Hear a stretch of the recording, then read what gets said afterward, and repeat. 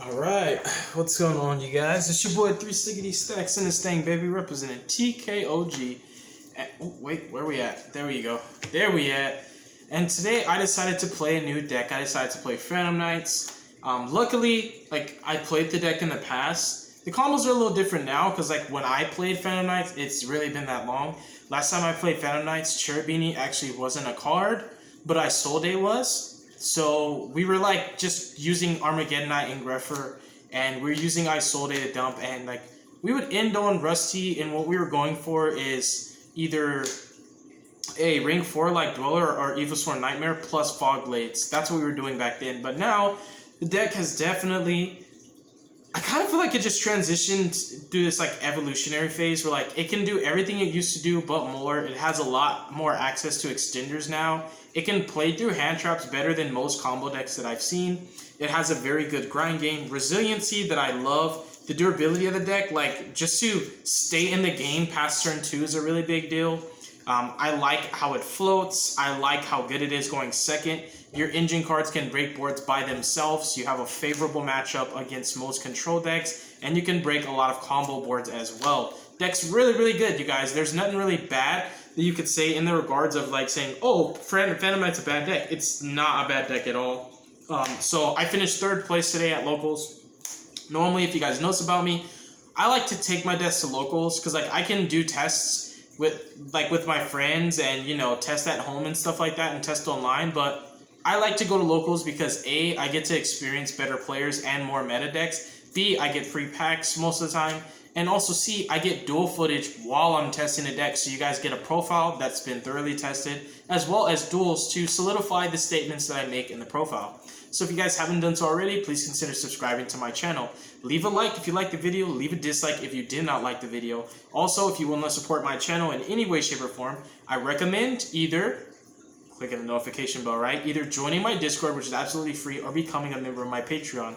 The people who are members of my Patreon will vouch for me, and they will tell you that it is definitely worth it. I do put a lot of time and effort into it, and the information, the experience that you'll get off of it, you'll get pretty much everything that I have to offer as a player. And it's a really big deal if you want to grow, because I'm not the best player in the world, but I am a very experienced player, and there's just a lot that doesn't go showed on my my deck profiles and stuff. There's a lot of stuff that you can learn from me that I'm only willing to take the time out of my day to teach if someone supports me in return. So the Patreon, definitely worth it. You can look at the tiers and figure out which tier you're most interested in, because the higher the tier, the more money it costs, but the more you get out of it. But anyways, let's get started, you guys. So we played PK Fire today, which is basically just Phantom Knights with a small little Burning Abyss engine, just 2 Burning Abyss names. I thought about playing Farfa to make Cherubini a going second card, but it really just wasn't necessary. So I played 2 Virtual Worlds, 1 Phantom Knight Mirror, and I played Sky Strikers. I only played 4 rounds today, and my only loss was to Strikers in Game 3. So that game was really unfortunate because I opened Twin plus Combo, and I was able to bait a Shark Cannon. Then I twinned him after. I hit his Afterburner and his other Shark Cannon, so he chained it, and the last card he had left was Widow. So if I had targeted the Widow, even though it was RNG, if I target the Widow and not the Shark Cannon, and I just hit the Widow, just didn't let him keep the Widow, I would have kept playing. Because I basically, I went not Rusty, I went Breaksword under Cherubini, pop, he changed Shark Cannon, because I targeted Shark Cannon, because there's 4 sets. And then after that, I twinned after he changed Shark Cannon, and then I went into Rusty using the Breaksword and the Cherubini, and then I used my gloves to dump my PK trap, banish the trap, and then summon the Breaksword to target his last back row. The idea I had was maybe he was holding it until I activate Rusty. I was just trying to see what interruptions he had, because I knew the card in hand was engaged because he searched it when he summoned Raid. So because the last card was Widow and I committed everything I had into forcing that last back row before I activate Rusty, I lost. So I popped the Widow Anchor with Rusty's effect. He chained, took it, because I put 3 spells in his grave just by me killing his back row, which was unfortunate. So it definitely played in his favor. There's nothing I can do, but we still had a good Game 1. Game 1, I played through Ash, Valor, and Ghost Spell in the same turn, ended on Dragoon with Fog Blade and follow-up. He just scooped. Game 2, I really didn't open well. Honestly, I opened 2 level 3s to put on field, and that's about it, and I couldn't get any farther.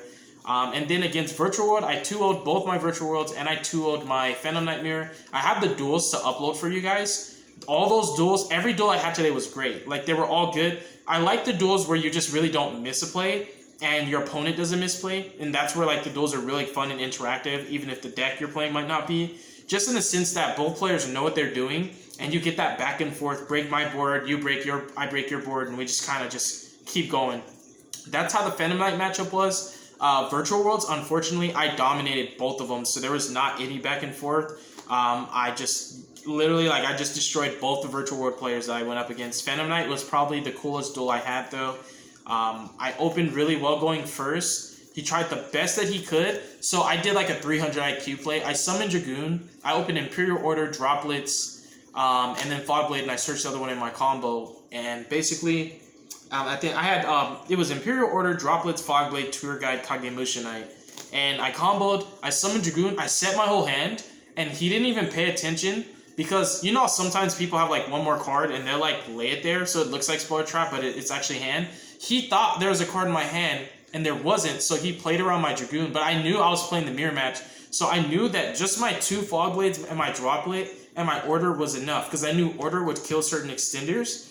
And also, I wanted to Droplets first, so the idea I had was, if he summons a Brave Sword to try to bait my back row, I'm going to Fog Blade that so he can't go into Zeus. And then my next Fog Blade is going to be used on his Rusty, and my Droplets finally is going to be used on his Verte Anaconda. So that's exactly how I played it out in my head. So I knew, because of the fashion of his deck, knowing how Phantom Knights work, those are the 3 lines of play that he can make to try and pressure my board. So I ended up beating him without ever resolving Dragoon's effect to negate. Game 2, he opened his board. I opened E-Telly, Pankratops, Combo, and Imperm. So I had Imperm, Pankratops, E-Telly. So what I ended up doing was I Impermed the Appaloosa thinking he would trade his Dragoon. He did not. And then after that, I summoned Pankratops and I targeted Rusty because I knew I could play through Dragoon and Fogblade, but the Rusty pop would be harder. And I think he read that it wasn't a bait that I really wanted to kill Rusty, so he Dragooned me. And then I E-Tellied out my Ghost Ogre, and I just comboed. Like, I played, because his last interruption was, his last 2 interruptions were Fogblade and the pop off Rusty, so he did pop my normal, but I opened extenders, and it was just crazy. And I ended up Zeusing his board, and I saved Dragoon for my follow-up play. And then after he made his board, he ended on a Zeus of his own with Fogblade, and I just Dragooned his board because I had Tour Guide to force the Fogblade, because if he doesn't Fogblade Tour Guide, I make Break Sword and then force the Fogblade anyways. And I had Trap Engrave with Rusty, so like that was the plan, and I had extra gas to keep pushing. But I top deck Red Ice Fusion, which I knew that he had no cards in hand and he committed, so I just activated Red Ice Fusion and blew him out. So that's the tournament report, you guys. Sorry if that bothers you that I didn't get straight to the profile, but I feel it's really important for you guys to hear that stuff before I get into the list. But let's get into the list. So for starters, we're playing 3 Tour Guides. I normally do play 3 Torn Scales like online, but in real life I only have 2. I actually borrowed a 3rd one today, so I was playing 3. So these are like your 1-card starters per se. Like, you have 7 1-card starters. Like, Rusty is really, really big in this deck. So, like, you have 3 Tour Guide, 3 Torn, and then the Rhoda. So, like, that's 7 1-card starters. But the consistency of this deck is almost comparable to that of a Warrior deck, because 2 level 3s is kind of the same thing as 2 Warriors for this deck at least. Like, 2 level 3s can get you Rusty and double Fogblade. Like, the combos all start the same, but they end differently, if that makes sense. So, some of my combos that I did with this deck, I didn't even go into Rusty. I actually just went Appaloosa into Dragoon, or I would go Appaloosa Dweller with Rusty. Sometimes it was just like, it was like a hindsight kind of like high IQ play where I was like, I'm going to hold my Dragoon because I want my opponent to exhaust his resources trying to play through the board I have, and then I secure Dragoon on the follow-up, which means it's almost 10 times harder to out the Dragoon now versus when they have their whole hand to do it. But anyways, let me finish with the, sorry you guys, let me finish with this. Foolish is like a pseudo starter. It's more of an extender. Like, for example, when I get hand trapped and I have like a Torn Scale engraved and Rusty gets ashed, then I can Foolish a name and then banish it and summon Torn Scale. Because a lot of the times if I open Torn Scales with an extender, I will normal summon Torn Scale, activate effect, and I'll discard something that I, like E-Telly for example, I'll pitch like something like that, and just pray that my opponent hand traps it. Because a lot of the times, if I have something bad, I'll discard something bad. Because what it looks like is you open Torn Scale himself. So like that's how I forced Ash in this Striker matchup. Because I had my my Psychic Extender, but I summoned Torn Scale effect first. He ashed, then I specialed, and then I kept going. So like I'll do stuff like that, and Foolish is kind of similar, where like you can open it and you can make a play where it looks like that's all you have, and then you hand trap it, and then you Foolish, and it's really, really good. So then for the PKs, I play only 2 Ancient Cloak, 2 Boots, 1 Gloves, and 1 Grease. This is all I played. I know it's a big deal for some people to play 3 Boots, but the thing is, like, I played better extenders that didn't require me to specifically open a PK, and I think that's better. Because the truth of the matter is, you might only resolve Boots twice in the first place, and you can get it back from your Banish Zone. And on top of that, some of the targets you get off Boots can be searched off Gloves. So the only good reason to play 3 Boots is to open it more, but you also have Rhoda, so I really played 3, and I just liked it better because I'd rather have the generic rank 3 extender, level 3 extenders, especially the ones that just get themselves out freely without activating, like the Psychics or Kagemusha, the Chain Block Tour, or E-Telly. You know, I like those extenders better because I don't have to control a specific monster. I can open any level 3 and play with them. So, like, that's kind of like my theory on, like, why I play 2 Boots. Everything that I have is exactly how I would keep it. I wouldn't up or decrease anything ratio-wise for the PKs. This is exactly enough for me. I know how to manage my resources really well because I've played other decks similar to this.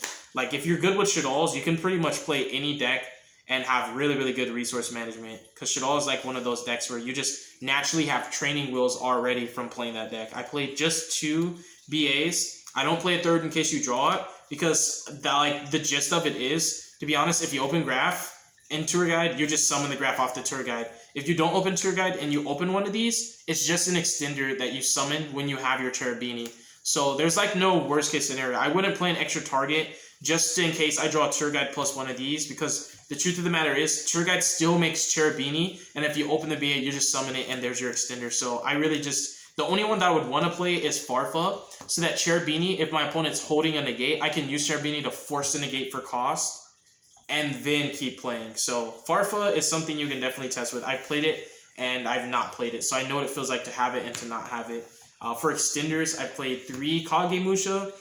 Even though you can't activate multiple in the same sequence, you really want to see this, because this is one of the best extenders that this deck has, especially because a lot of the times people will disrupt your normal summons, so you want Kagemusha because this gives you more value to your Psychic extenders, which I'll just show you this engine right here, the Psychics. So this gives you more value because in normal circumstances, if your normal summon gets disrupt, some certain extenders just don't work. But like Kagemusha, make sure that you keep a level 3 on board, and you can inherently summon these so they cannot respond to that, which means you can at least get to Cherubini. The other extenders that I played were also the danger cards. I like Gas, but the thing is I didn't fully commit into like a buttload of extenders. Like I could play Ready Fusion, Instant Fusion, and a target, and I want to experiment with it, but the thing is it's not really a difference. It's just more level 3s that you can put on. But the thing with the Instant Fusion and Ready Fusion, why I still want to experiment with it, is because it's very similar to like the Dangers, or even like, yeah, it's pretty much just like the Dangers in E-Telly, like where you don't have to have anything on board and you don't have to summon anything to summon those cards. So that's why I think the best extenders in my deck are definitely the Dangers and E-Tellys, because I don't have to have anything specific to activate them. Like even though Kagemusha is not really situational, it's the fact that like something has to stick for these cards to be alive, especially these. They're incredible when your normal summon gets disrupted, like, and you didn't open Kagemusha. That's where like these are really good, because these, and make sure that you can still summon this and keep playing, because that is a good spot to disrupt this deck is on normal. But I found ways to play around everything, especially just knowing what your deck loses to. You kind of just play around those situations where you just know that even if my opponent doesn't know any better, if he hits me right here, this could be really bad. So that's when you start playing around the hand traps there. For the most part, the only hand traps that you really worry about are just Nib, and Droll and Lantia. Everything else can be played through 100,000%. So these are all the extenders. I can play more if I wanted to. I've seen lists play less. I've seen lists play more. I've seen lists with Prosperity and cross-out designators and, you know, just a bunch of other stuff. For me, I just feel like this is just enough. Like, you open just 2 level 3s and one of them's PK. It's like really, really crazy. But even just opening a handful of extenders and no PKs is also really insane. Like, the deck's just very consistent. I think that this deck trades very well with negations and hand traps that don't destroy the cards. Very similar to when I play Dragon Maids. Like, I can trade extremely well with disruptions that don't kill my cards and keep playing. PK actually can play through a lot of hand traps, like especially low impacts.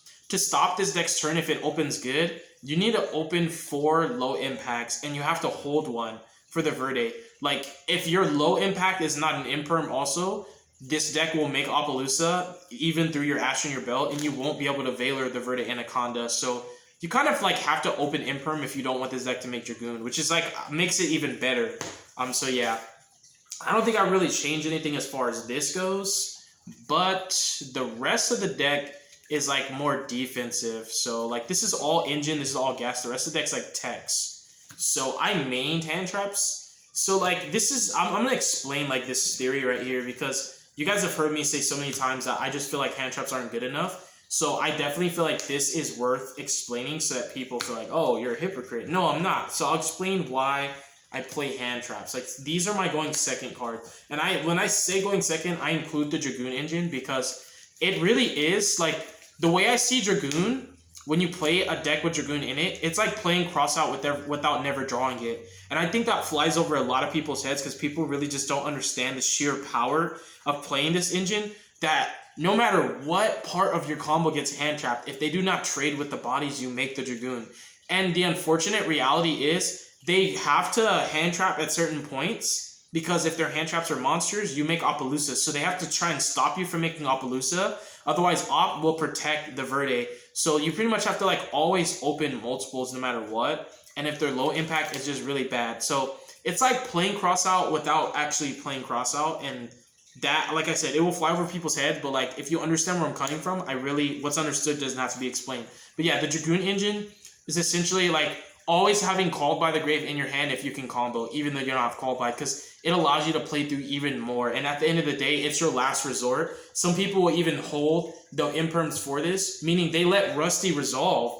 So you always will have interruptions if your opponent doesn't open like 4 low impacts. Like if they open Ash Imperm, you will always have interruptions, and that's just how it is. So deck's really good. So now I'll talk about why I play hand traps, because you guys will say, oh, Stacks, you said hand traps aren't that good. And that's true. I really don't think that they're that good. But my theory behind playing hand traps in this deck is like, because I'm playing a combo deck that can play more non-engine cards than like, let's say, Dragon Maids and still be gas, I wanted to play hand traps, because when you have your fully established board and you draw a hand trap or two, because sometimes your combos are just 1 card or 2 cards, like that's a big deal, because you'll have multiple hand traps that your opponent won't be playing around, because they're only going to be able to successfully play around what's known, and hand traps are unknown. So what I like about drawing hand traps in this deck when you combo is your opponent respects it less, because they're really trying to deal with the known threats. But when you have hand traps on top of that, even equalizers like Dark Ruler and Droplets can diminish in value when you open cards like Imperm, Nib, or Ash, or Droplets on top of your board, because it just makes your board more sticky and harder to break. Like the board that I opened Droplets with, I set it and didn't even keep a card in my hand for Dragoon, because I just knew it was enough. And it's things like that that I feel are necessary when you get to the deck building process, that you really do sometimes want to consider. Like, a hand trap is not only a going second card, but every time you draw a hand trap, it's a disruption. So like, it increases your deck's odds of being able to beat other combo. Like Drytron specifically is the only deck whose boards I just literally cannot break with engine at all. But also going first, if you get hand trapped, you can end on a Dragoon with hand traps. If you don't get hand trapped, you just win, because your inboard is strong enough already. But any extra disruption on top of that is just too much for almost every scenario. More specifically, especially Ash Blossom. I find opening Ash on top of my inboard is just insane. It's just insane, you guys. So that is all the going second cards. It's a lot. And that's not even the reason why I talked, because I really didn't draw. Like, I drew Nib and Imperm a lot. I drew 2 Ash at one time. I only drew Droplets 1 time, I think, today.